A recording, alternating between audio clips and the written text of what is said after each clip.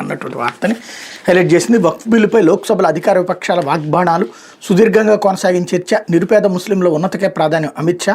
మైనార్టీల హక్కులకు పెనుముప్పు గౌరవ్ గొగోయ్. వక్ఫ్ సవరణ బిల్లును కేంద్ర ప్రభుత్వం గట్టిగా సమర్థించుకుంది. ముస్లింల హక్కులను హరించే లక్ష్యంతోనే బిల్లును రూపొందించారన్న పక్షాల విమర్శలను బలంగా తిప్పికొడుతూ దాని ఆవశ్యకతను బుధవారం లోక్సభకు వివరించింది. మధ్యాహ్నం 12 గంటల సమయంలో బిల్లును ప్రవేశపెడుతూ కేంద్ర మైనార్టీ వ్యవహారాల శాఖ మంత్రి కిరణ్ రిజిజు, ఆ తర్వాత విపక్ష నేతల ప్రసంగాలకు స్పందిస్తూ హోంమంత్రి అమిత్ షా ధీటుగా సమాధానం ఇచ్చారు. ముస్లింలు మత వ్యవహారాల్లో జోక్యం చేసుకునే ఉద్దేశం ప్రభుత్వానికి లేదని విస్పష్టం చేశారు. దేశవ్యాప్తంగా ఉన్న వక్ఫ్ ఆస్తుల నిర్వహణను సమర్థంగా పారదర్శకంగా కొనసాగించడానికి ప్రయత్నిస్తున్నామని తెలిపారు. లోక్సభలో కాంగ్రెస్ పక్ష ఉపనేత గౌరవ్ గొగోయ్ పదునైన విమర్శలతో వాగ్బాణాలు సంధించారు. వక్ఫ్ బిల్లును రాజ్యాంగ ప్రాథమిక స్వరూపంపై దాడిగా వివరించారు.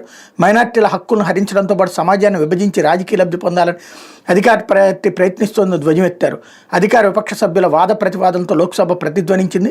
బిల్లుకి ఎన్డీఏ ప్రధాన భాగస్వామి పక్షాలను Telugu Desam party, JDU, Shiv Sena, Shinde Lok Janshakti party Ramvilas మద్దతు ఇవ్వడంతో బీజేపీలో ఉత్సాహం ఇనుడించింది. మరోవైపు విపక్ష ఇండియా కూటమిలోని పార్టీలు కూడా బిల్లును ఐక్యంగా వ్యతిరేకించారన్నటువంటి వార్తని హైలైట్ చేశారు. ఇదే సందర్భంలో వక్ఫ్ బిల్లు ముస్లింకు మేలు చేసేదే తప్ప కీడు చేయదని కేంద్ర హోంమంత్రి అమిత్ షా తెలిపారు.